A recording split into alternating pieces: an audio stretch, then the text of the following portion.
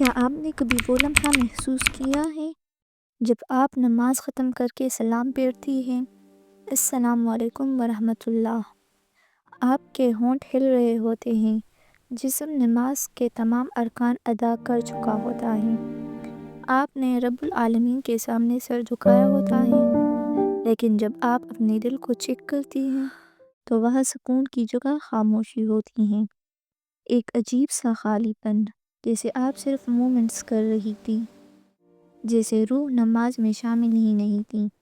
پھر دل پوچھتا ہے، مجھے وہ سکون کیوں نہیں ملا؟ میری آنکھوں میں آنسو کیوں نہیں آئے؟ میرا دل کیوں نہیں پگھلا؟ اور پھر ڈر آتا ہے، کیا میرا ایمان کمزور ہو گیا؟ کیا اللہ مجھ سے ناراض ہے؟ اگر آپ ایسا فیل کرتی ہے تو آپ اکیلی نہیں ہیں۔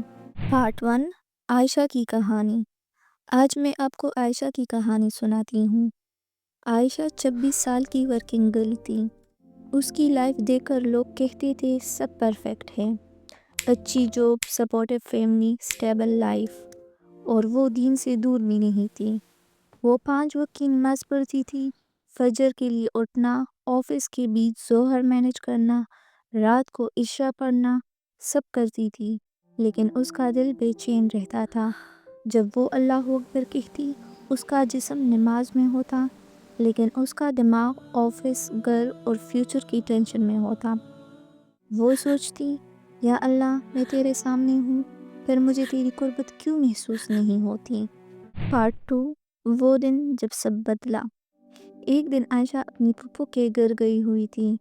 عصر کا وقت ہوا، سب نے نماز پڑھی، سب لوگ اٹھ گئے، لیکن عائشہ جا نماز پر بیٹھی رہی، دعا کرنا چاہی، مگر الفاظ نہیں نکلے، صرف روح کی تکن محسوس ہوئی۔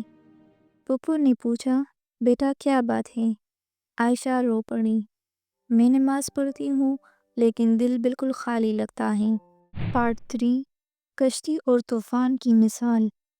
پھپھو نے کہا، میں تمہیں ایک مثال دیتی ہوں۔ سوچو تم سمندر میں ہو، اندھیری رات ہے، طوفان ہے، کشتی ٹوٹنے والی ہے، اس وقت تم کس کو یاد کرو گی؟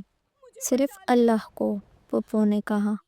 زندگی کے مسئلے طوفان ہیں، اور نماز اللہ کی طرف سے بچاؤ کی رسی ہیں۔ Part 4، reflection.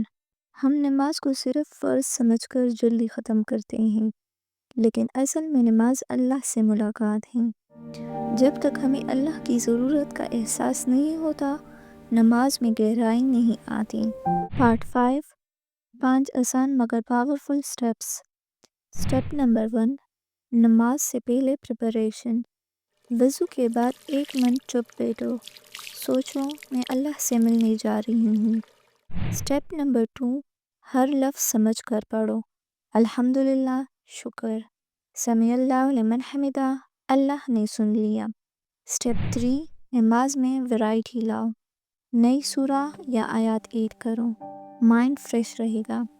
سٹیپ نمبر 4، ہر نماز کو لاسٹ نماز سمجھو، سوچو یہ میری زندگی کی آخری نماز ہے۔